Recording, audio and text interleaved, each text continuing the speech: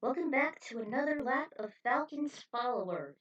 Last time, Tinsel and the duelists actually followed Falcon through the Big Blue Highway, in which a gang known as the Bloody Chain, led by Michael, has actually ambushed Falcon as well as the duelists.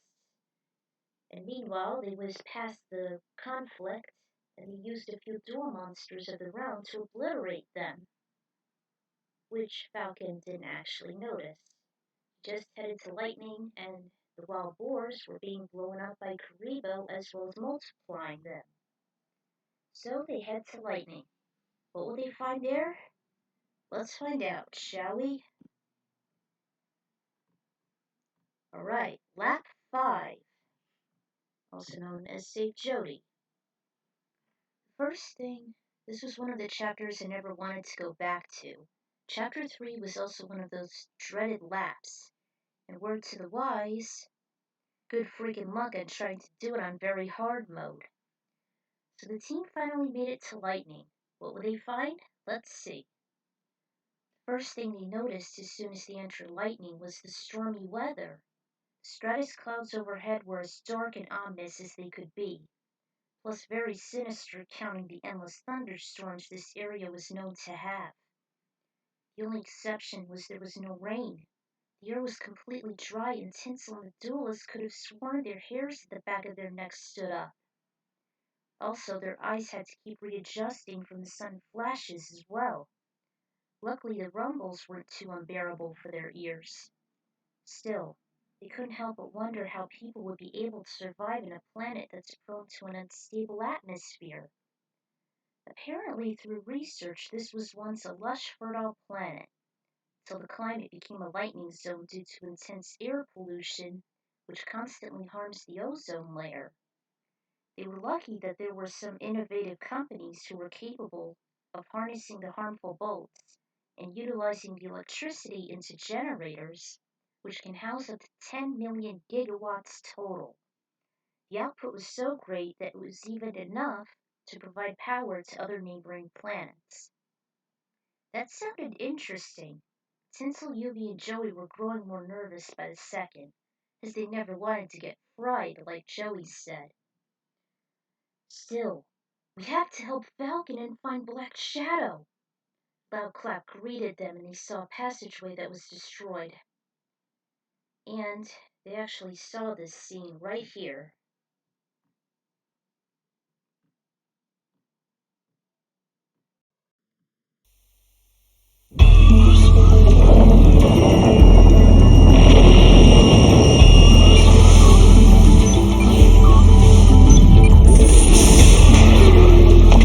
Are you alright?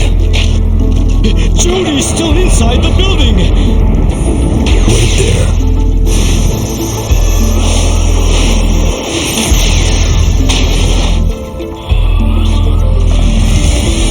Jody!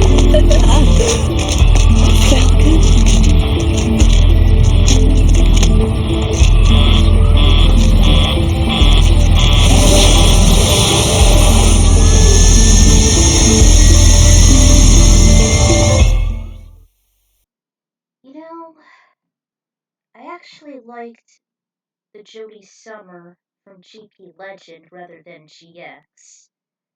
I don't know, she just looks better. But I wish that the one in GX was actually used for GP Legend since, I despise Jody Summer in the anime. Anyway, this is horrible, Joey said as he skimmed the area. I don't like this any more than you do, Joey. Tinsel was at a loss for words. She really shared the teen's feelings about this depressing situation. Which is why I need to do something. We can't just stay here and watch. What are you doing?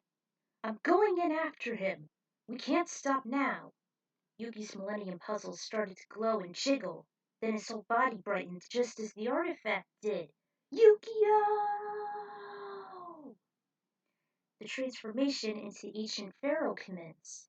By the time the light in the symbol on his forehead faded after a few seconds, it revealed Yugi, but an taller body, longer blonde locks, and a more earnest demeanor. I really gotta give Dan Green credit for this. I'm even surprised he did all this. It must have taken a great toll on his throat. Yeesh. There's no turning back now. Yami spoke in a deeper voice. We have to save Falcon and assist the Federation against Black Shadow. Are you with me? Tinsel and Joey just nodded. He fixed his eyes on the destruction. All right then. This could be an intense rescue mission, so I would need someone who is fast, is able to catch up with the Blue Falcon. Drew out a card. It wasn't just any duel monster. It was actually one of his secret Egyptian god cards. I summon my Egyptian god, Slifer the Sky Dragon! Very spiky. Ugh. A large spiky dragon emerged with two mouths, sharp claws in its feet and hands, enormous bat wings, completely covered in crimson. Valiant Champion leapt onto his back, and it roared just before it went on the pursuit. Be careful, Yugi! Hurry up in one piece, you hear? Yami replied with a grin and gave a thumb up. His face turned serious as they both soared through the wide-open hatch. Slifer got in the central chamber in less than a minute. It's undoubtedly the fastest, even surpassing Ra's speed. He saw Falcon climb out and hold on to an injured brunette, which, as you already seen, the Falcon turned from the main exhaust hatch, and then it took off with a blink of an eye. Yami and Slifer chased after them just as soon as an enormous rapid wall of flames was closing in for the kill. The Falcon reached up to speeds at around 2,000 kilometers an hour, but it was a cakewalk for the Red Serpent. There were green-blue orbs that littered the straight shaft, refilling Falcon's energy meter, if only by a fraction. Seriously, I wish it would have refilled more than that. It still kept on boosting while draining most of its stamina. On top of that, it was likely to decrease more of its energy if it should hit any of the tall pillars on the closing doors. Although they didn't shut completely, it was still a hassle when they only stopped just mere inches. They were all like that horizontally, vertically, and even diagonally. Slifer used its flamethrower to blow any roadblock to smithereens, sticking as close to the Blue Falcon as possible. The pilot was so absorbed on the escort that he hardly noticed the assistance. It was mostly a clear passage, although the closing apertures were slowing him down.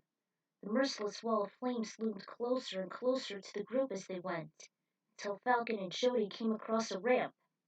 Jody! Hang on to something! She obeyed as they reached onto some speed boosts. Unfortunately, like the other doors, even the one coming up was nearly closed shut. The gap was a grim chance for them to escape before the power plant should blow into space dust.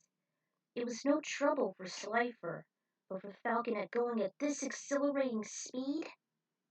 Falcon put the pedal to the metal, and he and Jody shut their eyes, bracing for death.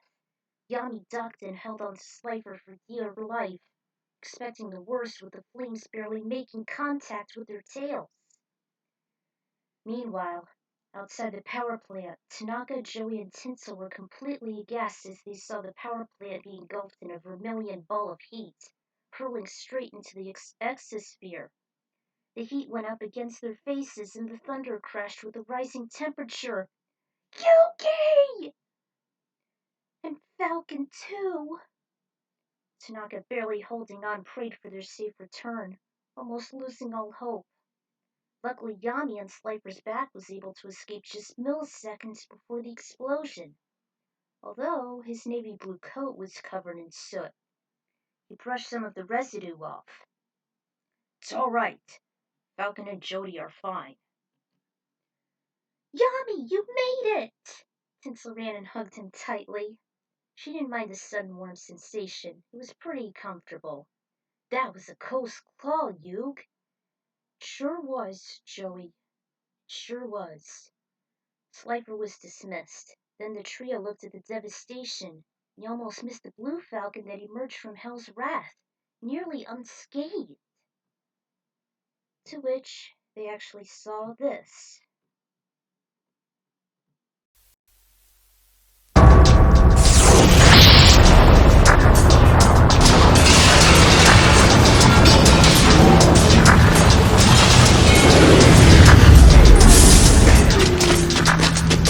Jody!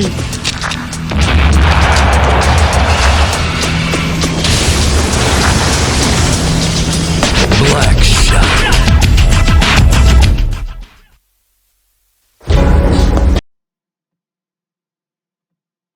Whoops. My bad. We'll find that one out later. So, anyway,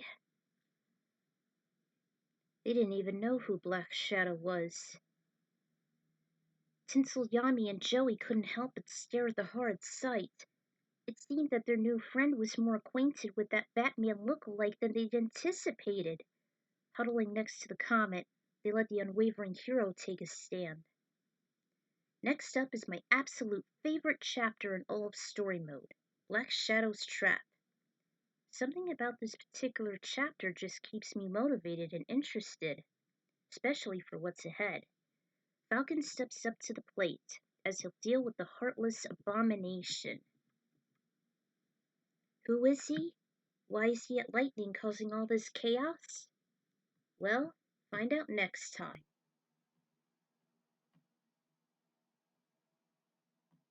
Till then, this is the Ekron Writers signing out. Ciao, everybody.